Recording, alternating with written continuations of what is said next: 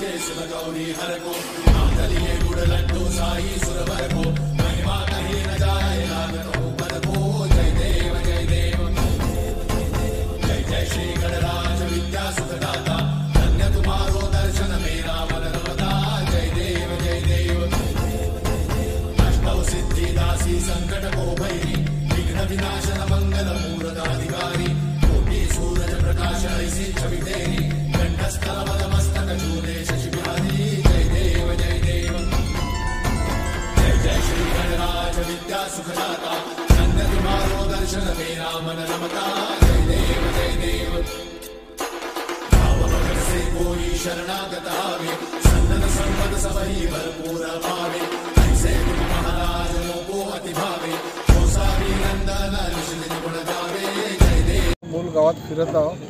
आत्तापर्यंत माझा कमीत कमी 10 गणेश मंडळ बघून झालेले आहे। सर्व ठिकाणी एकता अखंडता सुरू आहे।